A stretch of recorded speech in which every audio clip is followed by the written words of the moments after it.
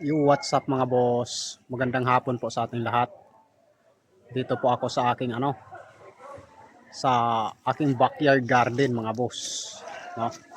Kasi nag-iisip na rin po ako ulit kung anong itatanim ko dito. Ayan.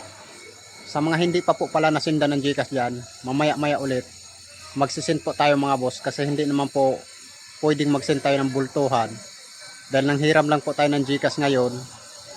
Di ba nga last time nasira po yung ating GCash, kaya dahan-dahan lang po tayo mga boss, pasampo-sampo lang, no?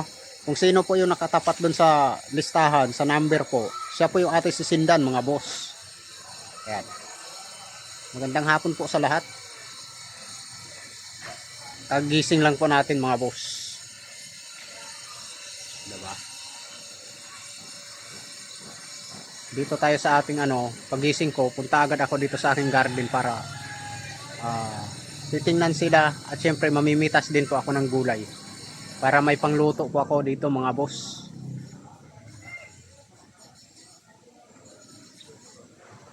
Tingnan nyo yung tingnan nyo yung malunggay natin. Napakaganda, di ba? Napakasariwa yung mga gulay dito mga boss. Tsaka itong okra.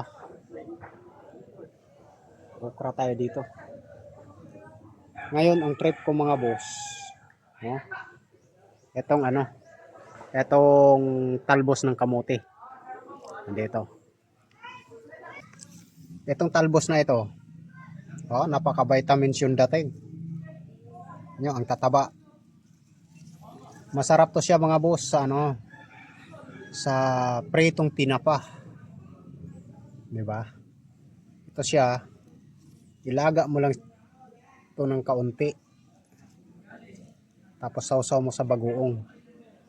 Tapos ang kapartner nito, pritong tinapa. Yan, dami. So, yan po ang ulamin natin ngayong